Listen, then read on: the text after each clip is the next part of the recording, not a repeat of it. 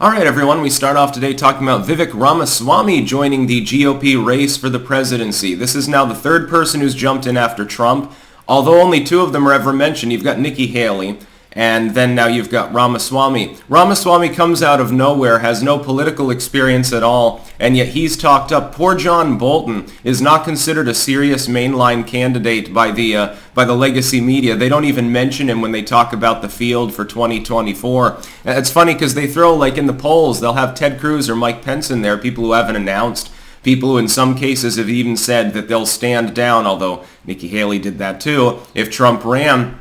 Meanwhile, Ramaswamy gets front page coverage, which is funny. And it's totally not sus that all of the write-ups about him, none of them talk about how he's an extreme right-winger and all of these other things, despite him literally titling a work about woke incorporated. So he's an anti-woke corporatist, basically. That's his selling point. That and the fact that he happens to be ethnic. By GOP standards, he's really exotic and flavorful. It's almost like a diversity thing. They're trying to out-Democrat the Democrats, I suppose. Here's my reading. Firstly, this is a dark horse candidacy, or at least an attempted one. We know that because most of you, 99% of you, have never heard of Ramaswamy before the last 48 hours.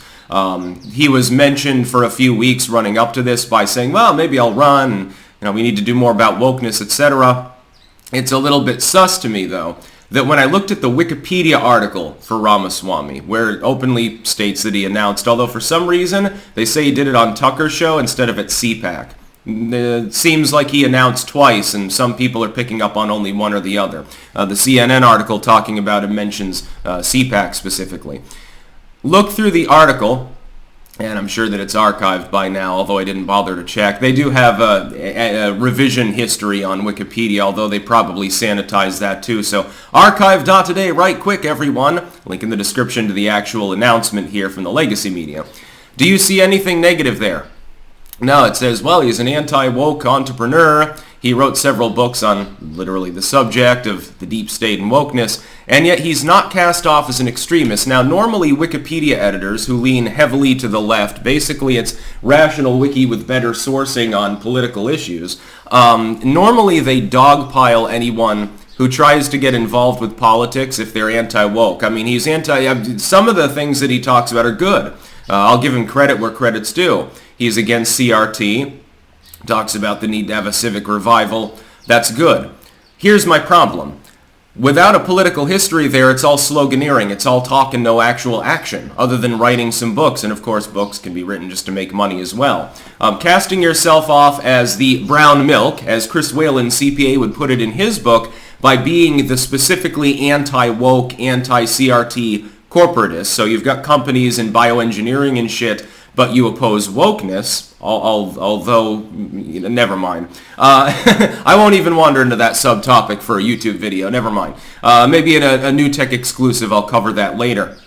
But Ramaswamy makes money by doing that, because there's a segment of the population that doesn't like wokeness, and they tie that into corporate things. It's just like sort of like a corporation putting the pride flag up for Gay Pride Month. Of course, they take it down immediately after, and they never put it up on their Twitter avatar for their Saudi Arabian attaché, but they celebrate that particular ideology in order to make money. It's not because they really care about people and equality and diversity and all these things. They do it for ESG investment purposes. But with 99% of corporations doing that, more than 1% of the potential market is anti-woke. They don't like those things. So to make money or to get political intrigue going, you cast yourself off completely in the dichotomous direction, and that's your selling point. And of course, if you're running in the GOP primary, of course it helps to have a couple of books on the subject of how you were right about CRT, which ostensibly he is.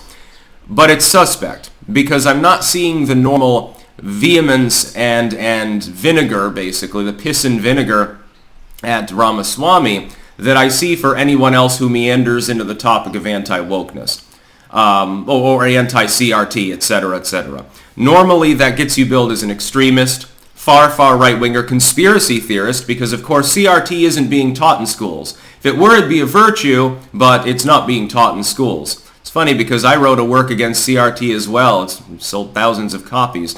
CRT Debunked, available on Amazon.com, of course. But Ramaswamy has effectively come out of nowhere, and yet despite the fact that the Wikipedia editors normally they spend the next 24 hours just hyper-caffeinating and hyperventilating and looking into the person and finding dirt on them from 10 years ago in order to pile it into the Wikipedia article to convince people that they're an evil, terroristic, insurrectionist, extreme, I'm not seeing that here.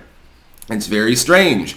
The legacy media articles just talk about how he started his business, he wrote some books, here's their titles. They never cast him off as a conspiracy theorist or extreme for these things, like they do literally everyone else.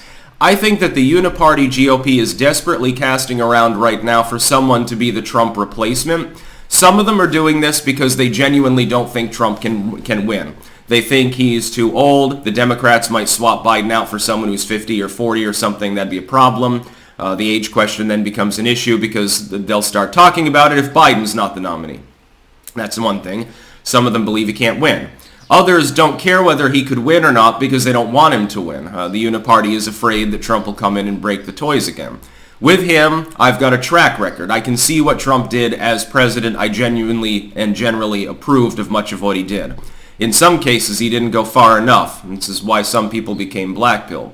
I can say that Nikki Haley has a political and social track record. I don't like it, but I can say at least I can judge her by the content of her character because she's actually done something. She hasn't just said, well, I'm anti-woke, and left it at that. In her case, it's more, I happen to be a woman. Just ignore all the warmongering, please. It's inconvenient. John Bolton has a track record. It's just a really terrible one. Ramaswamy, he started a company. That's what people know about him. So look for them to try to astroturf him in. What they'll do is they'll do some testing.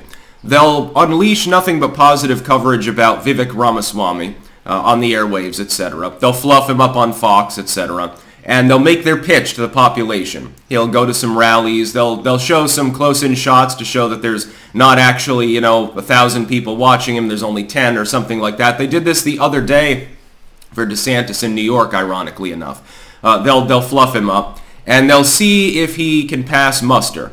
Can he generate any organic interest? We can astroturf him all we want, but he needs to actually generate something organic. Can this dude that's younger, presumptively reasonably well-spoken, entrepreneur, that's a good box to check if you happen to be running in the GOP, anti-woke, can he, though, generate organic interest? Otherwise, they'll drop him like a fucking hot potato, and they'll move on to the next AstroTurf candidacy. Of course, Nikki Haley doesn't pass muster. She has no chance. Bolton isn't even taken seriously by the Unipartyists, although I think they would like it if he were the president of the United States, because then they could bomb anyone. They could unleash all the bombs, and nobody would say anything, because, well, Bolton loves the United States. He wrote a book about how bad Trump is. As long as you worship at the altar of Orange Man bad. Now, we'll see whether Vivek Ramaswamy goes down that route too, or whether he says, no, I like what Trump did. I just think we need younger blood. We'll wait and see which path he meanders down. He will have to meander down one of them, even if he's not AstroTurf. But right now, not knowing much about him, having heard of him, can you really make the judgment that he'd be a good candidate, a good replacement? I want to see more than just talk the talk. I want to see walk the walk. That's about all. Peace out.